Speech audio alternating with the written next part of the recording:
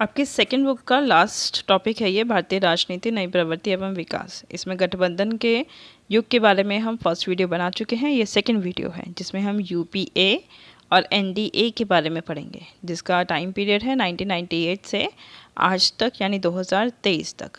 तो किस तरीके से इन दो सरकारों ने अपना प्रभुत्व जमाए रखा उसके बारे में हम पढ़ेंगे। ये चार्ट आप पहले भी देख चुके हैं। जो ऊपर सारा है वो कांग्रेस पार्टी का प्रभुत्व था और नीचे जितना ग्रीन कलर में है ये सारा दिखा रहा है आपका गठबंधन का युग, यानी 9वें लोकसभा चुनाव से गठबंधन का युग आपका शुरू हो गया था। तो 9, 10, 11 हम ऑलरेडी वीडियो में कवर कर चुके हैं और इस वीडियो में हम 12वें लोकसभा चुनाव के बाद से आज तक का पढ़ेंगे कि किस तरीके से गठबंधन का युग चला आ रहा है। एक बार शॉर्ट में देखिए, 12वीं लोकसभा चुनाव जो 1998 में थी इसमें एनडीए 1 बनी। 13वीं लोकसभा चुनाव जो 1999 में थी इसमें एनडीए 2 का गठबंधन बना। 14वीं लोकसभा चुनाव 2004 में इसमें यूपीए 1 और 15वीं लोकसभा चुनाव 2009 में इसमें यूपीए 2 की सरकार बनी थी। 16वीं लोकसभा चुनाव जो 2014 में हुआ था इसमें एनडीए 3 बनी थी और 17वीं लोकसभा जो 2019 में हुआ था इसमें एनडीए 4 बनी थी और ये आज भी चल रही है। और नेक्स्ट चुनाव होगा वो 18वीं लोकसभा का चुनाव होगा जो 2024 में होने वाला है। यानी आज के टाइम अगर पूछा जाए कि कौन सी भी लोकसभा है आपकी, तो वो 17वीं लोकसभा अभी चल रही है। ठीक है, तो ये जो गठबंधन है इसमें हम देख रहे होंगे एनडीए 1, एनडीए 2, एनडीए 3, एनडीए 4, ये क्या है? ये एक ही पार्टी द्वारा बनाया गया गठबंधन है जो बार बार जीत रहा है। ऐसे ही यूपीए 1, यूपीए 2 ये एक ही पार्टी द्वारा बनाया गया है जो बार बार जीत रहा है, इसलिए उसके आगे 1, 2, 3 लगा दिया गया है। इन्हीं को विस्तार से देखते हैं। एनडीए 1 जो केवल 13 महीने की सरकार थी, इसमें बीजेपी प्लस 13 अन्य राजनीतिक दलों की सरकार थी ये, लेकिन 13 महीने बाद ये सरकार गिर गई थी क्योंकि एक मत से ये सरकार अपना विश्वास मत हार गई थी।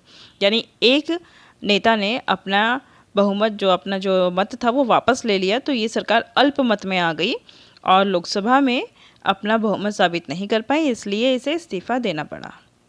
राष्ट्रपति ने अन्य पार्टियों को कहा कि आप सरकार बना सकते हैं, लेकिन किसी भी पार्टी ने अपना बहुमत साबित नहीं किया, तो नेक्स्ट इलेक्शन करवाने पड़े। वो थे 13वीं लोकसभा के इलेक्शन 1999 में। लेकिन फिर से यही गठबंधन जीता जो एक मत से हार गया था। इस टाइम 24 राजनीतिक पार्टियां इसमें शामिल थी और ये एनडीए 2 कहलाया। पहले एनडीए 1 और अब एनडीए 2 कहलाया। ये पूरे 5 साल इसने अपने कवर करे थे, यानी 5 साल के लिए ये सरकार बनी थी और ये बीजेपी का गठबंधन था, इसलिए अटल बिहारी वाजपेयी इसके प्रधानमंत्री बने थे। एनडीए 1, एनडीए 2 दोनों में ही प्रधानमंत्री अटल बिहारी वाजपेयी थे। इसके बाद 14वीं लोकसभा का चुनाव होता है, लेकिन इस बार एनडीए हार जाती है। एनडीए की जगह पे अब आती है यूपीए और ये किसका गठबंधन था? कांग्रेस का। कांग्रेस ने अन्य पार्टियों के साथ मिलके अपना गठबंधन का नाम रखा यूपीए। इसके फुल फॉर्म हम आगे पढ़ेंगे, अभी इतना ही जान लो बस। यूपीए गठबंधन जो बनाया गया था वो आफ्टर इलेक्शन बनाया गया था, यानी चुनाव होने के बाद जब कांग्रेस पार्टी ने देखा कि वोट कम मिले हैं तो अन्य पार्टियों के साथ उसने अपना गठजोड़ बनाया और 16 मई 2004 को बैठक करके सोनिया गांधी जिसकी नेता थी, इन्होंने अपना नाम रखा यूपीए। ठीक है, तो ये यूपीए 1 इसलिए रखा गया क्योंकि ये नेक्स्ट इलेक्शन में भी जीत गई थी। 15th लोकसभा का चुनाव जो 2009 में हुआ था उसमें भी जीत गई थी। अब इनके हम कुछ सिद्धांत पढ़ लेते हैं कि यूपीए ने कहा क्या क्या कि वो काम करेंगे, वो बताए हैं। जैसे 6 सिद्धांत बताए थे। अर्थव्यवस्था का विकास करेंगे, देश को सुरक्षित करेंगे, किसान और मजदूरों के कल्याण को और ज़्यादा बढ़ाएंगे, जो अल्पसंख्यक हैं उनके रोज़गार और शिक्षा पर ध्यान देंगे, स्त्रियों को सशक्त बनाएंगे, व्यापारी इंजीनियरों की रचनात्मक ऊर्जा को बढ़ाएंगे। रचनात्मक ऊर्जा यानी उनकी जो क्रिएटिविटी है उसको आगे बढ़ाया जाएगा। ये यूपीए के 6 सिद्धांत थे।